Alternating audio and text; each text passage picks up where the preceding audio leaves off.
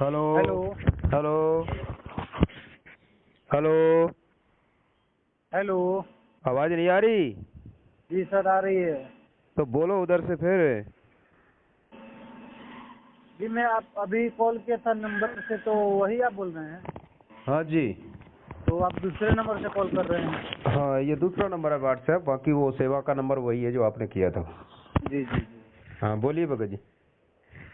Sir जी, मैं video मतलब देख रहा था, एक वीडियो में देखा, बहुत काफ़ी देर का वीडियो है, 4-5 घंटे का वो वीडियो है। अच्छा अच्छा। तो मैं देख रहा था, उस वीडियो को देख रहा था, तो सर ये सब मतलब मुझे ये बताइए कि ये सब क्या है, मतलब मेजरमेंट क्या है ये, मतलब गुरुजी ने मतलब गुरुजी मेरे देखिए, मेरा प्रश्न ये है कि जैसे मैनेजमेंट जो नाम दीक्षा के अंदर खोल खोल के दे रहा है, हाँ जी। तो ये गुरुजी के आदेश से हो रहा है कि गुरुजी में के पहले जैसे जैसे एक बार 2006 में भी कांड हुआ था, क्रोथा कांड। हम्म।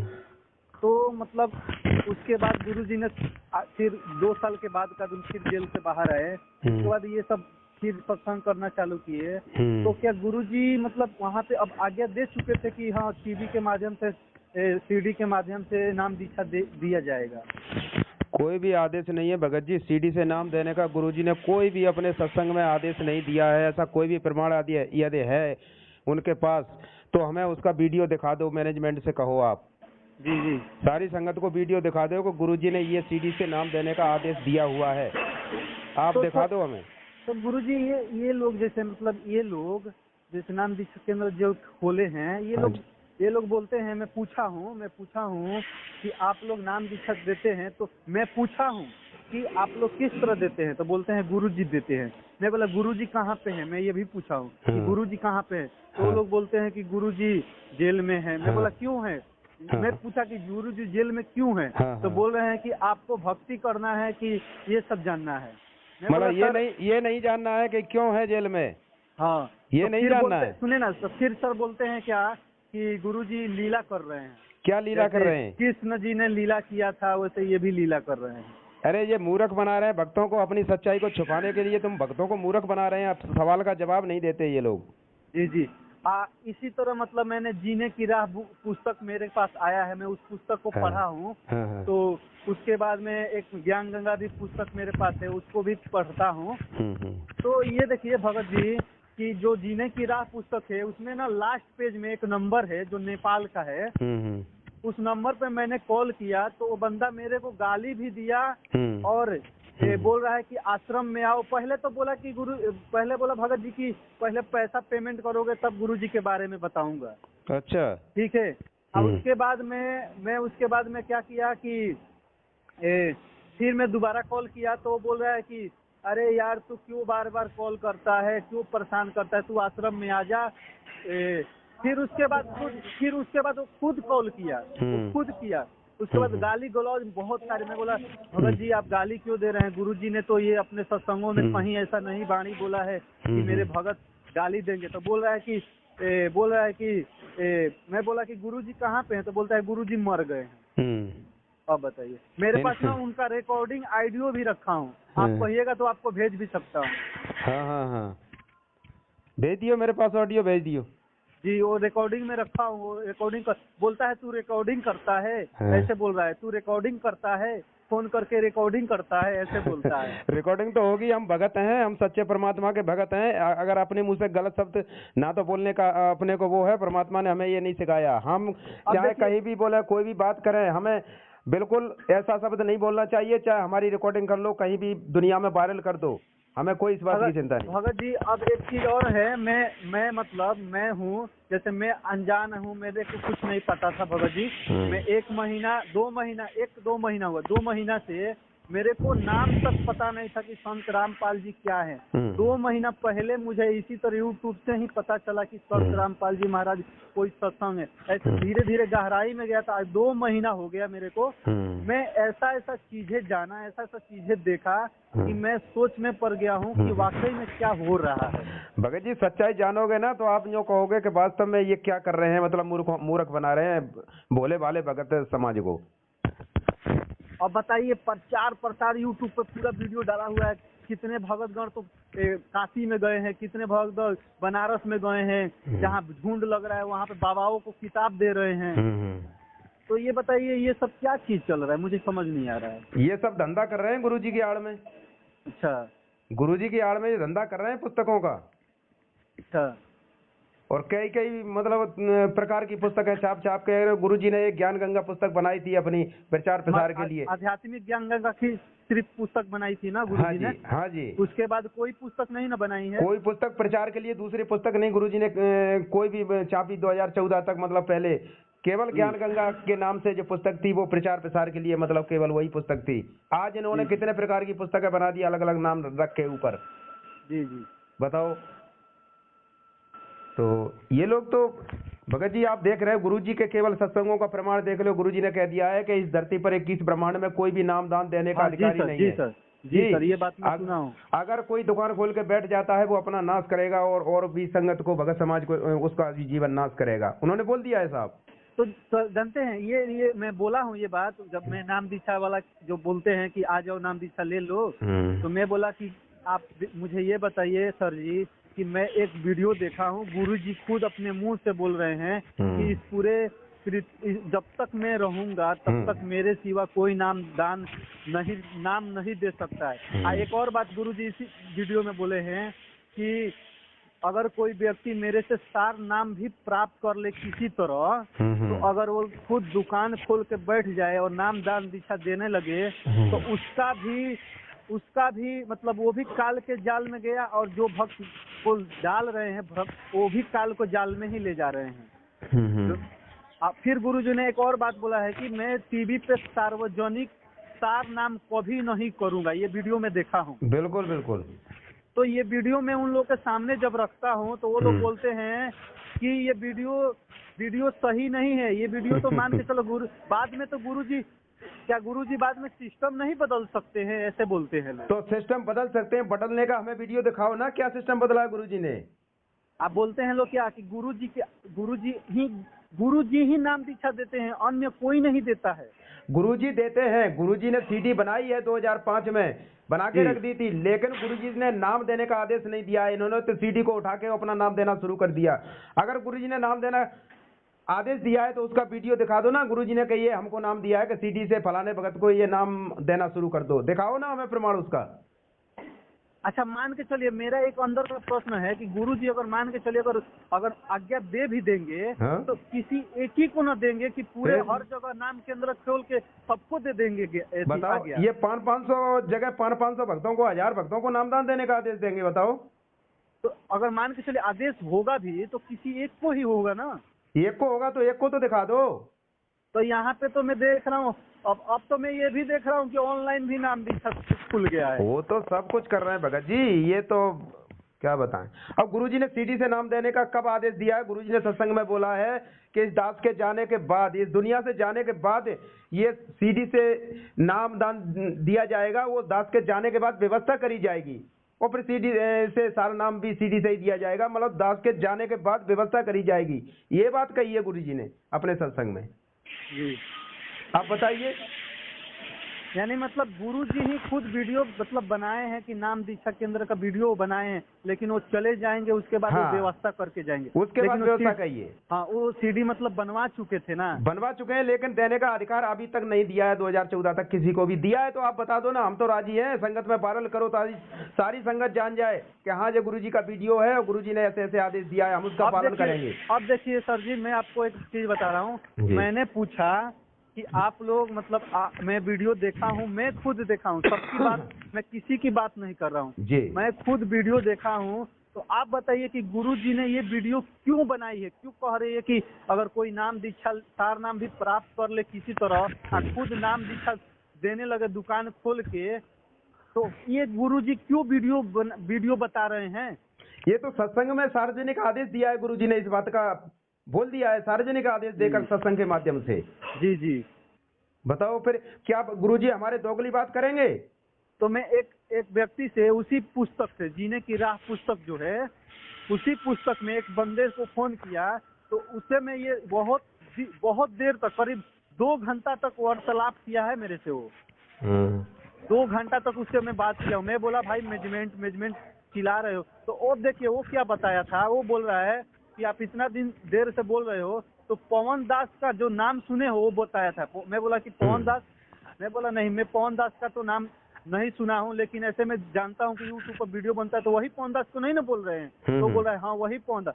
तो वो बोल रहे हैं कि पवन दास भी तो पहले नाम दीक्षा केंद्र देता था, उसके भी घर पे नाम दीक्षा केंद्र खुले थे। देखो इसका कारण ये है भगत जी, जब तक वो पवन दास भी इन्हीं लोगों के मैनेजमेंट के, मतलब सभी हम सब साथ थे उनके, तब तक कोई भी सच्चाई का मालूम नहीं था। जब ये 1-2 महीने उनके घर पे जो नामदान रहा था, उसके बाद इन्होंने झूठा इल्जाम लगा के कि वो चोरी करता था। वो झूठा इल्जाम लगा के इन्होंने वीडियो वायरल, मतलब ऑडियो वायरल कर दी संगत में कि वो चोरी करता था, उसका नामदान वहां से छीन लिया। जबकि पवन दास ने अपनी मन मर्जी से वहां पर किसी ने शिकायत कर दी कि भाई ये पुलिस वाले आए कि भाई यहाँ नामदान नहीं रहेगा, तो उन्होंने किसी भाई से मिलके फिर जो है ना दूसरे भक्तों के अंदर उसी मतलब जयपुर में दूसरे घर पे नामदान शिफ्ट कर दिया राजीबाजी से। और फिर वहां पर 1.5 महीने वहां पे सेवा भी करी पवन दास ने। अगर पवन दास चोरी करते थे तो उनको नामदान पे 1.5 महीने फिर क्यों सेवा करने दी गई थी, बताओ। लेकिन तो तब तक कोई पता नहीं था। एक चीज ये बताइए, इस सच्चाई का पता नहीं था भगत जी। सुनिए ना, गुरुजी तो पहले आदेश नहीं दिए, तो फिर पवन दास जी भी तो नाम दीक्षा केंद्र देते थे, मैनेजमेंट का साथ देते थे इससे पहले भी। तो तब तक बता रहे हैं, तब तक पवन दास को ये सच्चाई का मालूम नहीं था। जब ये सच्चाई का थोड़ी थोड़ी मालूम पड़ी, तब पवन दास ने इसकी सच्चाई को उजागर करना भगत समाज में शुरू किया। अच्छा, यानी पवन दास जी जैसे आदमी कोई किसी चीज पर चलता है तो पता उसको नहीं रहता है, हाँ। तो पवन दास के साथ ऐसे ही हुआ है। हाँ। उसके बाद उनको जब पता चला है तब ये शुरुआत की है। तब तो जो मेरे को बंदा पुस्तक लाया था ना, जो मेरे को पुस्तक दिया, हाँ जी, उससे मैं पूछा कि क्योंकि पवन दास का वीडियो देख चुका था, हाँ जी, तो मैं पूछा भाई भगत जी, मैं एक पवन दास जी का वीडियो देखा हूँ, तो वो बोल रहे हैं कि पवन दास जी ना गुरुद्रोही है। मैं बोला कि गुरुद्रोही एक कैसे? तब मेरे को शंका हुआ, मैं वहां से पुस्तक पढ़ना चालू किया और उसके बाद मैं सबका वीडियो देखना चालू कर दिया। मतलब मैं सबका देखना चालू किया, जो पवन दास जी वीडियो डाल रहे हैं उनका भी देखना चालू किया, लोग जैसे कोई लोग कुछ डाल रहे हैं उनका भी देखना चालू किया, मैनेजमेंट वाले का भी वीडियो देखना चालू किया। एक और है जो शशि भूषण दास, उनका नाम है, आपको पता है कि नहीं? हाँ जी भैया, बिहार से हैं वो शशि भूषण दास जी। हैं? बिहार से हैं शशि भूषण दास जी। हाँ, उन्होंने भी वीडियो ऐसे ऐसे डाले हैं। तो मैं बोला कि अरे ये क्या, ये तो लग रहा है कुछ न कुछ गड़बड़ हो रहा है। अब बताइए, उन्हीं के वीडियो में मैं उन्हीं के वीडियो के माध्यम से तो ये वीडियो देखा कि गुरुजी बोल रहे हैं अपने मुख से कि मेरे सिवा किसी का नाम दान देने का अधिकार नहीं है। आइए सब लोग मैनेजमेंट वाले मिलके, तो मैं पूछा उनसे, भूषण दास जी, तो सर पवन दास जी तो बोल रहे हैं कि पवन दास जी भी तो उन्हीं के ग्रुप में थे। वो भी तो जब बरवाला कांड हुआ था तो कमांडो बने थे, वो भी काला कोट पहन के। तो सब वहीं थे, तब तक तो किसी को पता नहीं था किसी सच्चाई का भगत जी। अच्छा, तब तो किसी को पता नहीं था, सभी बरवाला में थे, हम भी बरवाला में थे, सब वहाँ थे, कोई किसी का पता नहीं लग रहा था। ये तो बाद में पता लगा है, जब पवन दास जी को परमात्मा की दया हुई, जब पवन दास जी ने ये सच्चाई को भगत समाज में जानने के लिए सारी मतलब इसको प्रचार प्रसार किया, तब से शुरुआत हुई है जी भगत जी। तो अब बताइए कि ये जो भोली जनता है, जो बिल्कुल कुछ नहीं जानती, जैसे मैं ही कुछ नहीं जानता था। हाँ। अब मान के चलिए कोई साधना टीवी पर देख रहा है, सत्संग देख रहा है, तो वहाँ पे बताया जा रहा है नामदान केंद्र, तो कोई भी मान के चलिए उतने गहराई में, तो जैसे मैं चला गया तो मैं जान गया। जो आत्मा नहीं जानती है, नहीं जाएगी, नहीं जानती है, कुछ भी नहीं जानती, तो जाके तो नाम दीक्षा ले ही लेगी। वो तो ले ही रहे अंधकार में, लेकिन धीरे धीरे सच्चाई मालूम पड़ेगी, उस दिन वो भी दूर हट जाएंगे।